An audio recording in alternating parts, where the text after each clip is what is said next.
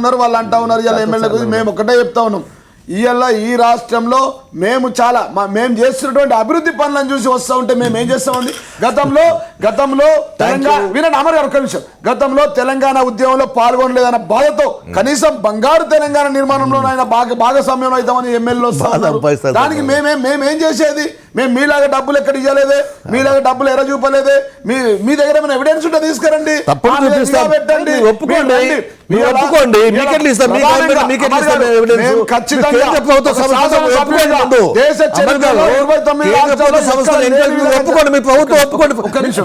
ప్రభుత్వం ఒప్పుకోండి చూపిస్తాం మీకు కాదు డిమాండ్ చేశారు మా దగ్గర ఎవిడెన్స్ ఉందా చూపెట్టమంటున్నావు ఎవిడెన్స్ చూపిస్తాం ఇప్పుడు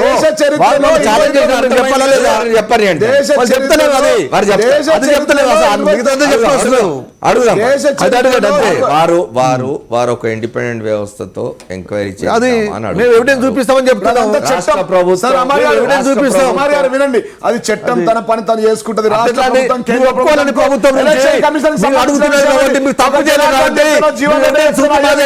మేము చూపిస్తాం మీకు ఎవిడెన్స్. మీకు సంస్థలు క్రియేట్ చేయండి. కేంద్ర ప్రభుత్వం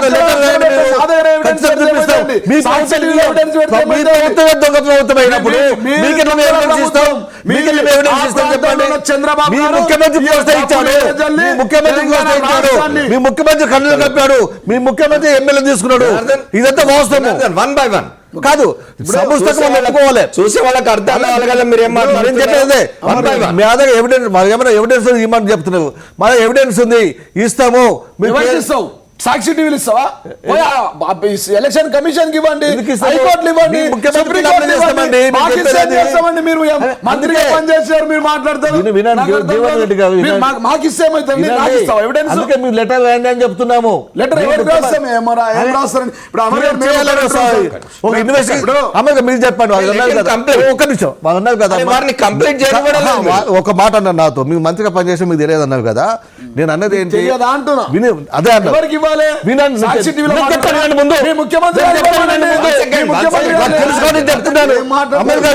లేదండి. ఇప్పుడు ఆయన వన్ వే మాట్లాడితే ఎందుకు ఒప్పుకుంటామని మేము విషయం ఏంటి చెప్పాలా? ఇక్కడ లేదు, ఇక్కడ క్రియేట్ చేసింది ముఖ్యమంత్రి. మొదటి ముద్దాయి ముఖ్యమంత్రి మీద ఎవిడెన్స్ మా దగ్గర ఉంది. మా ఎమ్మెల్యే కొనుగోలు చేసినాక మా దగ్గర ఎవిడెన్స్ ఉంది. ఎవిడెన్స్ ఇవ్వడం మేము సిద్ధంగా ఉన్నాం. మీకు సిద్ధంగా ఉన్నదని చెప్పి అడుగుతున్నాను నేను. 1 సెకండ్ లైవ్ ఒకటి వచ్చింది. అది ఒప్పుకోండి ముందు. జడ్జెస్ క్వార్టర్స్ నుంచి లైవ్ తిరుమల్ ఫోన్ లో చెప్తారు మాకు ఏం జరుగుతుంది అక్కడ, ప్రస్తుత పరిస్థితి ఏందనేది. తిరుమల్ చెప్పండి. మనం ప్రస్తుతం ఏదైతే తెలుగుదేశం పార్టీకి సంబంధించినటువంటి ఎమ్మెల్యే రేవంత్ రెడ్డి కొద్దిసేపటి క్రితం ఇక్కడ ఉన్నటువంటి జడ్జెస్ క్వార్టర్స్ వద్ద జడ్జెస్ నివాసం వద్ద సబ్మిట్ చేయడం అయితే దీనికి సంబంధించి మరి కాసేపట్లో న్యాయమూర్తి ఇచ్చే తీర్పును ఆధారంగా అతనికి జైలు తరలిస్తారు. అదేవిధంగా ఈరోజు జరగబోతున్నటువంటి ఎమ్మెల్సీ ఎన్నికల్లో అతను పాల్గొనాలా లేదా అన్నది ఇంకో మరి కాసేపట్లో తెలుసు. అయితే మనం చూసిన ఇక్కడ పూర్తిగా కూడా స్థానిక పోలీసులతో పాటు ఏసీపీ అధికారులు పూర్తి భద్రత ఏర్పాటు చేశారు. ఎవరిని కూడా లోపలికి ఆహ్వానించలేదు. దీనికి సంబంధించిన పూర్తి వివరాలు తెలంగాణకి దాదాపు ఇంకొక మరి 10 నిమిషాలు పడుతుండొచ్చు. అయితే ఈ కేసులో పూర్తిగా కూడా ఏసీపీ అధికారులు ఒక ప్రణాళికాబద్ధంగా ఒక ప్రణాళికతో ఈ ఏసీబీ ట్రాప్లో రేవంత్ రెడ్డి చిక్కడం కూడా మనం చెప్పుకోవచ్చు. ఎందుకంటే గత 3 రోజులుగా కూడా ఎవరైతే ఫిర్యాదు చేసినటువంటి ఎమ్మెల్యే ఉన్నాడో ఆ ఎమ్మెల్యేలు 3 రోజుల నుంచి కూడా ఈ ఎమ్మెల్సీ ఎలక్షన్లో తమకు అనుకూలంగా ఓటు వేయాలంటూ రేవంత్ రెడ్డి ప్రలోభాలకు గురి చేస్తున్నట్టు కూడా 2 రోజుల క్రితమే అతను ఏసీబీ ఉన్నతాధికారులకు లిఖితపూర్వకంగా కూడా ఫిర్యాదు చేయడం జరిగింది. ఆ ఫిర్యాదు ఆధారంగా ఏసీబీ అధికారులు రంగంలోకి దిగి ఒక పథకం ప్రకారమే ఎవరైతే ఆఫర్ చేస్తున్నటువంటి తెలుగుదేశం పార్టీకి సంబంధించినటువంటి ఎమ్మెల్యే రేవంత్ రెడ్డి గతంలో మనం చూసినాం అనేక సందర్భాల్లో అయితే ఎంతో మందిపై ఆరోపణలు చేసినటువంటి సాక్షాత్ ఎమ్మెల్యే రెడ్ హ్యాండెడ్గా ఏసీబీ అధికారులకు నిన్న పట్టుబడడం జరిగింది. అయితే నిన్న పట్టుబడినప్పటి నుంచి కూడా ఏసీబీ అధికారులు అతను సుదీర్ఘ సమయం పాటు విచారించిన ఏసీబీ అధికారులు అతను నిన్న ఈరోజు తెల్లవారుజామున 3 గంటల 45 నిమిషాల ప్రాంతాల్లో ఉస్మానియా ఆసుపత్రిలో వైద్య పరీక్షలు నిర్వహించారు. అయితే మొదటగా 5 గంటల ప్రాంతంలో ఈ మెజిస్ట్రేట్ ఇంటి ముందు ప్రవేశపెడతామన్నటువంటి ఏసీబీ అధికారులు దాన్ని ఈ కొద్దిసేపటి క్రితం ఇక్కడికి తీసుకురావడం జరిగింది. అయితే మనం విజువల్లో స్పష్టంగా చూస్తున్నాం. ఏదైతే జడ్జెస్ క్వార్టర్స్ కనిపిస్తుంది అందులో మొదటి అంతస్తులో ఉన్నటువంటి ఈ ఏసీబీ కోర్టుకు సంబంధించినటువంటి న్యాయమూర్తి ఇందులో ఉన్నాడు. అతను ముందు ప్రవేశపెట్టడం జరిగింది. అయితే దీనికి సంబంధించి మరి కాసేపట్లో అతను న్యాయమూర్తి ఇచ్చే ఆదేశానుసారం అతన్ని జైలుకు తరలిస్తారా లేదా ఈ ఎలక్షన్లో పాల్గొనేందుకు అతనికి అనుమతిస్తారా అన్న దానిపైన కూడా మనకు మరి కాసేపట్లో క్లారిటీ వస్తుంది. Thank you Tirumal, thank you very much. ఆయన జనార్దన్ మీరు ఎంతసేపు ఎదురుదాడి చేసే ప్రయత్నం చేస్తున్నారు తప్ప నిన్నటి సంఘటనలో రేవంత్ రెడ్డి డబ్బు ఇస్తూ చాలా స్పష్టంగా చాలా బహిరంగంగా దొరికిపోయాడు. ఆయన దొరికిపోగా పైనుంచి దొరకడమే కాకుండా పైనుంచి ఆయనే ముఖ్యమంత్రి స్థానంలో ఉన్న వ్యక్తి పట్ల చాలా అగౌరవమైన భాషలో మాట్లాడడం కానీ, సవాల్ చేయడం కానీ, మీ అందరినీ జైళ్ళకు పంపుతా రోడ్లకు కిడుస్తా అని మాట్లాడడానికి కానీ మీ పార్టీ మీ నాయకుడు చంద్రబాబు నాయుడు ఎట్లా సమర్థించుకుంటారు?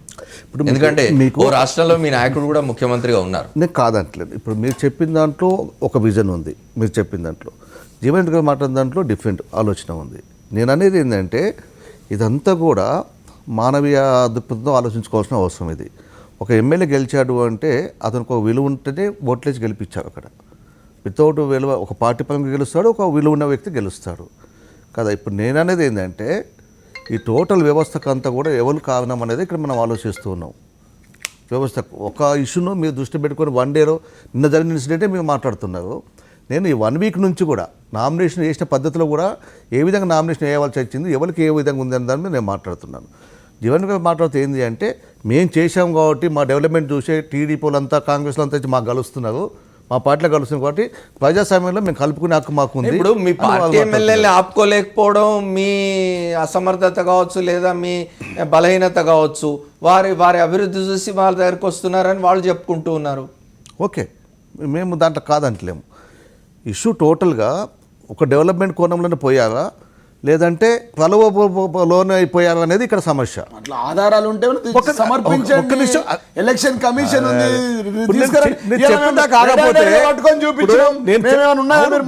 గవర్నమెంట్ మీ దగ్గర ఉంది కాబట్టి వెంటనే పట్టుకున్నామండి. ఆ గవర్నమెంట్ ఇంకొకటి ఉంటే మేము కూడా పట్టుకుంటాం, ఆ పని చేస్తాం. ఎవరికైనా చేతన అవుతుంది. గవర్నమెంట్ ఉన్నాక, పోలీస్ డిపార్ట్మెంట్ ఉన్నాక, యంత్రాంగం ఉన్నాక ఎవరికైనా చేతన అవుతుంది. నేను అనేది అదే, ఈ ఇష్యూలో ఈ గవర్నమెంట్ చేసే తప్పు, కేసీఆర్ చేసే విధానాలు తప్పు.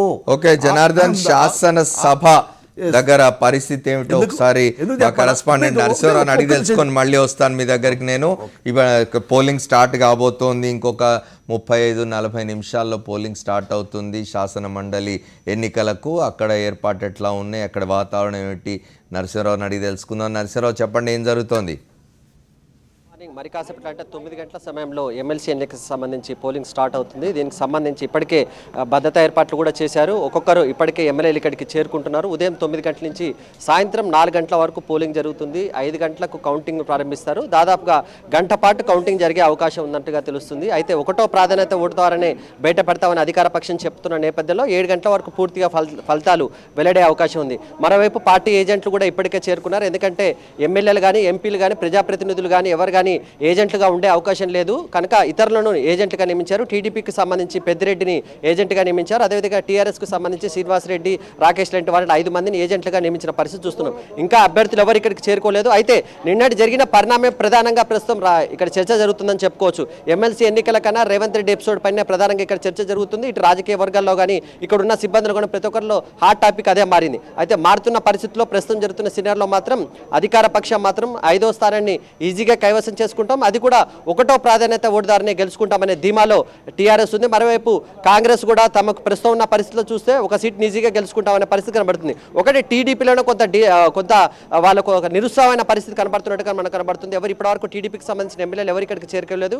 కేవలం టీడీపీకి సంబంధించిన ఎన్నికల ఏజెంట్గా ఉన్న పెద్దిరెడ్డి మాత్రమే ఇక్కడికి చేరుకున్నారు. మొత్తానికి ఉత్సాహపరంగా చూస్తే మాత్రం అధికార పక్షం కొంచెం ఉత్సాహంగా ఉన్నట్టుగా కనబడుతుంది. కాంగ్రెస్ పార్టీ కొంత నిన్నటి వరకు టెన్షన్గా ఉన్న ఈ రోజు మాత్రం ఒక సీట్ను కైవసం చేసుకుంటామనే ధీమా మాత్రం కాంగ్రెస్లో కనబడుతుంది. Amar, thank you Narasimharao, thanks for the updates. Jeevan Reddy, ఒక మాట చెప్పండి. ప్రశాంతంగా ఎన్నిక జరిగిపోవాల్సి ఉండగా దాన్ని కల్లోలపరిచింది మీరే అంటున్నారు. ఒకసారి నాగం జనార్దన్ రెడ్డి గారు బీజేపీ నాయకులు ఫోన్ లైన్లో ఉన్నారు, వారితో మాట్లాడుస్తాను నేను. జనార్దన్ రెడ్డి గారు, దీన్ని ఏమంటారు మీరు? నమస్కారం అమర్ గారు, అక్కడ ఉండే మిత్రులకు. ఒకటి నేను నేను చెప్తా ఉన్నాను, రాజకీయాల్లో విలువలకు ప్రాధాన్యత లేకుండా పోయింది. చాలా దుర్మార్గం ఇది. ఎందుకంటే ఒకటి, అది ఎవరు అంటే తప్పు చేసినా తప్పే అది. ఇలా నేను సూటిగా అడుగుతా ఉన్నాను. మనము మొన్ననే ఇంతకుముందు రాజ్యసభ ఎన్నికలు జరిగినాయి. రాజ్యసభ ఎన్నికలు జరిగినప్పుడు ఇప్పుడు ఆ రోజు మెజార్టీ లేకున్నా టీఆర్ఎస్ అభ్యర్థిని యునానిమస్ గా ఆ రోజు గెలిపించడం జరిగింది. ఇప్పుడు దాంట్లో ఇప్పుడు ఎక్కడ కూడా బేరసారాలకు తావు ఇయ్యలేదు ఆనాడు ఉన్నటువంటి ప్రభుత్వం. ఈ రోజు ఈ బేరసారాలకు తావిచ్చే విధంగా సంఖ్యాబలం మీకున్నది 63, ఈరోజు మీరు 7 మంది ఎంఐఎం కలుపుకుంటే 70, అట్లా మీరు ఇంకొక 4-5 తీసుకున్నారని మీకు ఎట్టి పరిస్థితుల్లో కూడా 4కు మించి 5వ అభ్యర్థిని పెట్టేటందుకు మీకు ఆస్కారమే లేదు. ఇది పెట్టడం ఎంత కాడికి సమంజసం? ఈరోజు దాన్ని ఇప్పుడు వీళ్ళు ఏ విధంగా ఉంటారు? ఇంకొకటి, ఏ విధంగా ఇప్పుడు ఎమ్మెల్యేలను వీళ్ళు ఏం ప్రలోభాలు పెట్టి ఈ పార్టీ రాగద్వేషాలకు అతీతంగా పక్షపాతము భయంగాని లేకుండా మేము పరిపాలన సాగిస్తామని చెప్పని ప్రమాణం చేసిన ముఖ్యమంత్రి గారు ఈరోజు ఏ విధంగా అంటే బాహటంగా ఈయననేమో ఒకవేళ దొడిదారిన పోయిండేమో, ఒకవేళ that is true if it is అంటే ఒకవేళ రేవంత్ ఇట్లా ఆయన పెట్టిన సీడీలు మళ్ళీ ఎవరు రిలీజ్ చేసిండ్రు, అది పోలీసు వాళ్ళు ఏసీబీ వాళ్ళు చేసిండ్రా లేక ఇంకెవరు చేసిండ్రు, అది కూడా నిర్ధారించుకోవాల్సిన అవసరం ఉంది. ఇలా రాగద్వేషాలకు అతీతంగా వీళ్ళు పరిపాలన సాగిస్తామన్న వీళ్ళు ఈ రోజు నేను నా నియోజకవర్గ అభివృద్ధి కోసం పోతున్నా అంటే మన ఫామ్ హౌస్ లో ఏం జరుగుతుందో అక్కడ ఏమైనా వీడియోలు పెట్టిండ్రా? ఇవన్నీ కానీ జనార్దన్ రెడ్డి గారు 2 రోజుల క్రితం మహానాడులో చంద్రబాబు నాయుడు గారు సంతలో పశువుల్ని కొన్నట్టు కొంటున్నారు అని చెప్పారు, గొర్రెదాటు రాజకీయాలు అయిపోయినాయని చెప్పారు. చెప్పి 2 రోజుల్లోనే వారి ప్రేరణతోనే వారు పంపగానే రేవంత్ రెడ్డి వెళ్ళి డబ్బులు ఇచ్చే ప్రయత్నం చేసినారు కదా సెబాస్టియన్కి. చంద్రబాబు నాయుడు గారు రాజకీయాల గురించి ఏమంటారు? ఇక్కడ ముఖ్యమంత్రి గురించి మాట్లాడుతున్నారు మీరు, మరి అక్కడ ముఖ్యమంత్రి ఏ నైతికత ఉన్నట్టు? ఇప్పుడు నేను ఒక్కటేనంటే నేను చెప్పేది, నేను ఎప్పుడైనా కూడా రాజకీయాల్లో విలువలు రాజకీయాలు చేసిన నా జన్మలో నేను ఎప్పుడు కూడా నేను పార్టీలోకి వెళ్ళి సస్పెండ్ చేస్తే రాజీనామా చేసి దాన్ని ఆమోదించేందుకు నేను ఎంత కష్టపడ్డానో మీకు అందరికి తెలియంది కాదు. ఓకే, ఇలా ఇక్కడ కూడా ఒకవేళ ఎవరు తప్పు చేసినా దాన్ని మనం బలపరచాల్సిన అవసరం లేదు. ఒకవేళ అదే నిజమైతే, ఆ సీడే నిజమైతే దాంట్లో ఎలాంటి మేమైతే వాళ్ళకి సపోర్ట్ అయితే చేయలేము కదా. ఈ రోజు ఇప్పుడు నేను ఒకటి కోరుకుంటున్నా, ఈ రోజు ప్రతిపక్షాలన్నీ ఏకమైపోయి ప్రజాస్వామ్యాన్ని కాపాడాల్సిన అవసరం ఉందండి. ఇక్కడ ఇప్పుడు తెలంగాణ లోపల democracy in danger, save democracy. ఇక్కడ డెమోక్రసీ లేకుండా మొత్తం ప్రతిపక్షాలన్నిటిని నిర్వీర్యం చేసేసి ఇక్కడ అంటే ఏక వ్యక్తి పాలనను తీసుకొని రావాలని మళ్ళీ 8th నిజాం రూల్ ఇక్కడ వచ్చే విధంగా ఈ యొక్క కుట్రలు కుతంత్రాలు జరుగుతూ ఉన్నాయి. ఇది కరెక్ట్ కాదు. ఇది ఒకవేళ అది రేవంత్ రెడ్డి మీద చట్టపరంగా చర్యలు తీసుకోమని చెప్పండి. చట్టం ఈ రోజు గౌరవించాల్సిన బాధ్యత అందరి మీద ఉంది, మన అందరి మీద. దీనికి మేము ఎవరం కూడా అతిథులం కాదు. దయచేసి ఇప్పుడు తెలంగాణ పరువు బజార్ల పడకుండా చూడమని మాత్రము తెలంగాణలో ఉండే అన్ని రాజకీయ పార్టీలకు నేను విజ్ఞప్తి చేస్తున్నాను. జనార్దన్ రెడ్డి గారు ఒక అంటే ఫన్నీగానే ఉండొచ్చు, కానీ నిన్న రేవంత్ రెడ్డి గారు ఆ వీడియోలో ఆయన మాట్లాడింది వింటున్నప్పుడు తన సామాజిక వర్గానికి తెలంగాణలో తానే నాయకుడు కాబోతున్నాను, ఇంకెవరు లేరు అన్నట్టు చెప్పారు. మీరేమంటారు? నేను ఎప్పుడు కూడా ఇటువంటి రాజకీయాలకు నేనేం మాట్లాడతాను సార్. నేను చెప్పినాను కదా, విలువలతో కూడిన రాజకీయాలు. నేను అందరితోటి అంటే కలిసిమెలిసి చేసినటువంటిది అందరికి తెలిసింది. నేను ఒక కులానికో ఒక మతానికో ఒక వర్గానికో నేను ఎన్నడూ కూడా ప్రాతినిధ్యం వహించలేదు. నేను ఎప్పుడు కూడా అంటే పేదల పక్షాన్ని నిలిచినాను, ప్రజల పక్షాన్ని నిలిచినాను. ప్రజల కోసమే నా పోరాటాలు ఉన్నాయి. ఇప్పుడు కూడా ప్రజల కోసమే నేను అంటే ఈరోజు ఒక మిషన్ పెట్టుకున్నాను, బచావో తెలంగాణ మిషన్. చంద్రబాబు కాన్స్పిరేటర్ అంటున్నారు. మరి చంద్రబాబు నాయుడు ఆంధ్రప్రదేశ్ ముఖ్యమంత్రి, వారి ప్రోత్సాహం మేరకే వారి ఆదేశాల మేరకే రేవంత్ రెడ్డి పనిచేశాడు. రేవంత్ రెడ్డి ఇందులో పావు మాత్రమే అని. ఇప్పుడు ఐపీసీ 120 కూడా అదే చెప్తుంది. ఇప్పుడు ఒక కుట్రకు ఎవరైనా సాయం చేసినా, ఆ కుట్రలో పాలు పంచుకున్నా, ఆ కుట్రకు తోడ్పాటు చేసినా, కృషి చేసినా వాళ్ళని కూడా ఏ1 రేవంత్ రెడ్డి పథకం వేసిన ఆయన వీడియో ఫుటేజ్లలో యావత్ ప్రపంచం చూస్తూ ఉంది. అమర్ గారు ఇవాళ మా బాస్ గారు చెప్పారు, మా బాబు గారు చెప్పారు, బాబు గారితో మాట్లాడతా ఇట్లా చేతులతో చూపించుకుంటా 5 కోట్లు 2.50 లక్షలు అడ్వాన్స్గా తీసుకోండి అని చెప్తా ఉన్నారు. అది నీకు డైరెక్ట్ లైవ్లో రెడైండ్గా పట్టుబడ్డ తర్వాత ఖచ్చితంగా ఏటుగా చేయాల్సింది. అట్లాంటి తరుణంలో ఇక్కడ ఇబ్బంది వస్తే ఆంధ్రప్రదేశ్లో నామినేటెడ్ ఎమ్మెల్యే పదవి ఖాళీగా ఉంది, అందులో ప్రాబ్లం అమర్ గారు ఇచ్చుకొని, లేకపోతే మిత్రపక్షం కేంద్రంలో సెంట్రల్ మినిస్టర్ ఇచ్చుకొని మాకు ప్రాబ్లం లేదు. ఇక్కడ ప్రజాస్వామ్యాలు విలువలు దెబ్బతినే విధంగా వాళ్ళు చేస్తున్న తరం ప్రజలు యావత్ లోకం చూస్తూ ఉంది. గతంలో మేము చెప్పినాం టీడీపీ అంటే ఫాదర్ ఆఫ్ ద లయర్ అన్నాం, అబద్ధాలకు తండ్రి లాంటి వాళ్ళు అని చెప్పినాం. అట్లాంటిది ఇలా ఒకవైపు అక్కడ ఆయన పైసలు పట్టుకొని మాట్లాడుతూ ఉన్న తరుణంలో ఆ పార్టీ సీనియర్ నాయకులు దయాకర్ రావు గారు ఏమంటారండి, మా రేవంత్ రెడ్డి గారు తార్నాకోలో ఫంక్షన్ కోతా ఉన్నారు, రోడ్డు మీద మావని పట్టుకున్నారు, కొట్టిరు, తీసుకుపోయారని చెప్పి ప్రజలకు అబద్ధాలు, తప్పుడు ఆరోపణలు అండి. పెద్దిరెడ్డి గారు, దయాకర్ రావు గారు ఈ విధంగా మాట్లాడడం ఎంతవరకు సబబండి? సీనియర్ నాయకులు వాళ్ళు అంటే ఒకవైపు ఆల్రెడీ అక్కడ వీడియో ఫుటేజ్లలో ఉండి 50 లక్షల రూపాయలు ఇచ్చి 5 కోట్లకు బేరం మాట్లాడి వాళ్ళ నాయకుడు చెప్పినట్టు పశువులను సంతలో కొంటున్నది మేము కాదు, టీడీపీ నాయకులని రుజువైంది. యావత్ తెలంగాణ ప్రజలు చూసిరు, టీడీపీ దుకాణం బంద్ అయిపోయింది, వాళ్ళు ఖతం అయిపోయారు. జీవన్ 1 సెకండ్ జనార్దన్ గారు ఒక మాట చెప్పండి. ఇంతకుముందు నాగం జనార్దన్ రెడ్డి గారు అన్నట్టు ఈ వ్యవహారాలన్నీ తెలంగాణను అప్రతిష్ట పాలు చేయడం లేదా? సరిగ్గా సంవత్సరం అవుతోంది ఇవాళకి తెలంగాణ రాష్ట్రం ఏర్పడి. ఇట్లాంటి సంఘటనలు తెలంగాణ రాష్ట్రాన్ని బయట ప్రపంచానికి ఎటువంటి కలర్స్లో చూపిస్తుంది? అమ్మగారు గారు మీరు చెప్పినందుకు మేము 100% ఏకీపిస్తున్నామండి. దీనికి ప్రధాన ముద్ద ఎవరండి? ఈ రాష్ట్రాన్ని పాలించే వ్యక్తి. వారు ఏదో చేశారు కాబట్టి మేము చేస్తే ప్లీజ్ నా మాట ప్రధాన ముద్ద మీ శాసనసభ్యుడు ఆ పని చేయవచ్చునా? ప్లీజ్ నా మాట మీ నాయకుడు దానికి ప్రేరేపించవచ్చునా? ప్లీజ్ నా మాట వింటారా? 100% ఇక్కడ ఎవరు చేసేవారు? స్టింగ్ ఆపరేషన్ చేసింది ఎవరండి? ఏందండి ఆపరేషన్ చేసి? Stephen MLC. అతను ఓటాకు అతను వచ్చాడండి మా దగ్గర అప్రోచ్ అయ్యాడు. అతను వచ్చేసి అతను అప్రోచ్ చేసి చూపియండి, మీ ఓపిక ప్రకారం చూపిస్తాము.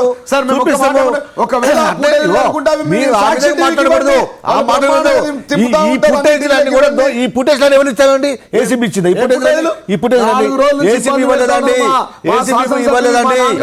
చాలా స్పష్టంగా ఎవరితే మాకు తెలియదు, చాలా స్పష్టంగా ఆయన అప్రోచ్ అయ్యాడు. అతని ఇంట్లో కేబుల్ పెట్టారు ఏసీబీ వాళ్ళు. అతన్ని రప్పించుకున్న వాడికి రేవంత్ రెడ్డిని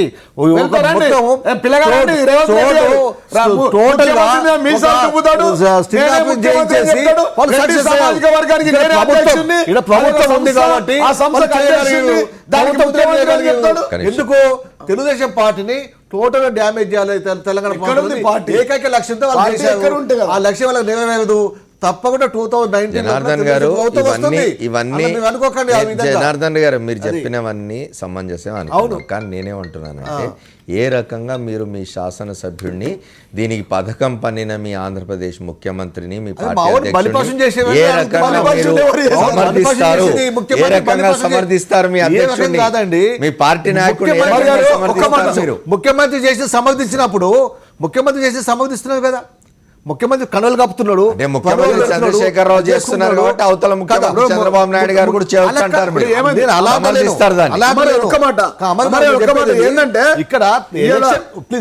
ఇక్కడ ఎలక్షన్స్ ఉన్నాయి కాబట్టి ఈ ఎలక్షన్ ముందు ఇంకో వ్యక్తిని గెలిపించుకోవాలి నేనని చెప్పి ఒక పట్టుదలతోని ఆయన చేసిన కుట్రలు ఇదంతా జరిగింది.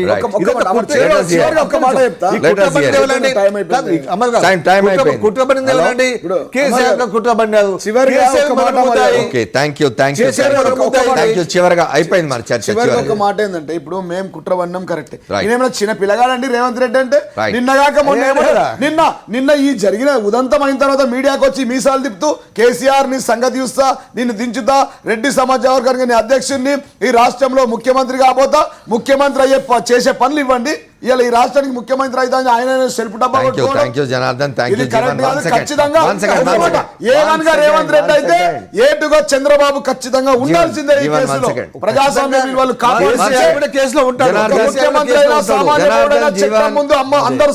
జనార్దన్ జీవన్ 1 సెకండ్. ఒక్క ఓటు కోసం కోట్లు ఖర్చు చేయడానికైనా టీడీపీ నేతలు వెనకాడడం లేదు. రేవంత్ రెడ్డి సాక్షిగా ఈ బండారం బట్టబయలైంది. తెలంగాణ టీడీపీలో దూకుడు నేతగా పేరు తెచ్చుకున్న రేవంత్ రెడ్డి అంతే దూకుడుగా వెళ్ళి ఏసీబీకి అడ్డంగా దొరికిపోయారు. నామినేటెడ్ ఎమ్మెల్యే స్టీఫెన్సన్ను తమ వైపు తిప్పుకునేందుకు ప్రయత్నిస్తూ నిఘా కెమెరాలకు చిక్కిపోయారు. ఈ లంచం పర్వంలో రేవంత్ రెడ్డికి స్టీఫెన్సన్కు మధ్య సాగిన సంభాషణలు ఇప్పుడు చూద్దాం.